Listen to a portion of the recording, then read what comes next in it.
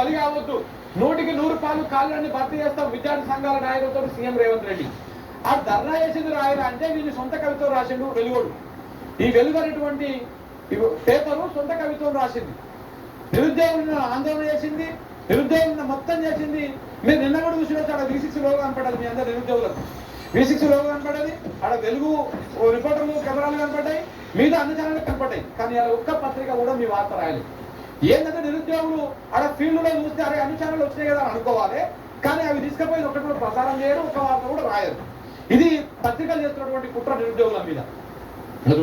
ఇది రాసిరు కానీ అసలు రాయలే. నిన్న ధర్నా అయింది మాత్రం రాయలే. 5 ఎకరాల 10 ఎకరాల రైతు భరోసా గురించి రాసిరు.